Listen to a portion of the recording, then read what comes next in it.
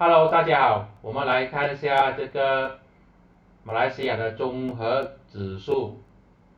KLCI Index。我应该在一两个礼拜前我就有预测，我说它应该很大机会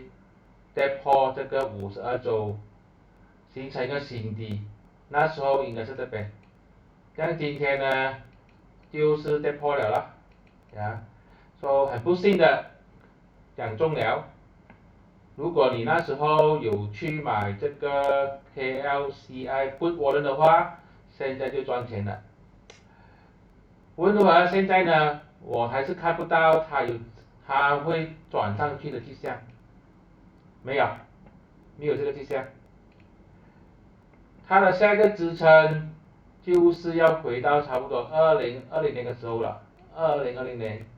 这个呢大概就是1350点，就是它的下一个支撑。嗯，我当然是希望它不会到这个地步了，但是我看到现在马币又非常的弱，金融股也是非常的惨，市面上经济好像没有什么起色，6州选举又要来了，它可能不会跌破这个1352，但是短期里面你想它要飙上去的话呢，也是有点困难了这个是我的个人看法。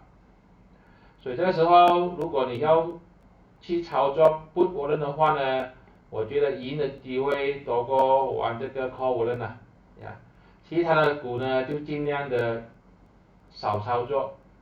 保留多点现金，因为真的是很惨很惨。当然这些都是我的个人看法，并没有任何的买卖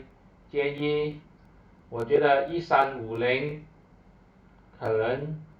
也是有机会到达的。谢谢大家。